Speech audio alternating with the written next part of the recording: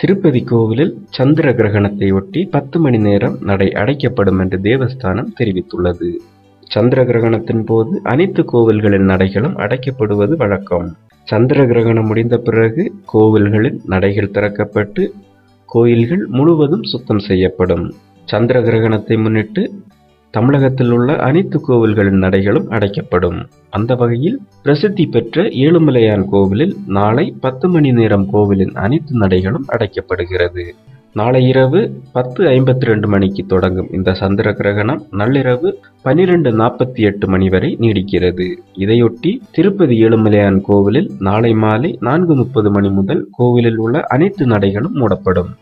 அதன் பிறகு மறுநாள் 8ஆம் தேதி நள்ளிரவு 2 மணிக்கு அனைத்து நடைகளும் திறக்கப்பட்டு கோவில் முழுவதும் சுத்தம் செய்யப்பட்டு வழக்கமான அனைத்து வழிபாடுகளும் நடைபெறும் என்று தேவஸ்தானம் தெரிவித்துள்ளது.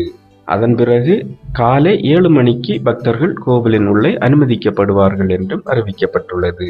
இதுகுறித்து திருப்பதி தேவஸ்தான அதிகாரி கூறுகையில், சந்திர கிரகணத்தை ஒட்டி மாலை 4:30 மணி முதல் கோவிலின் அனைத்து நடைகளும் அடைக்கப்படுகிறது.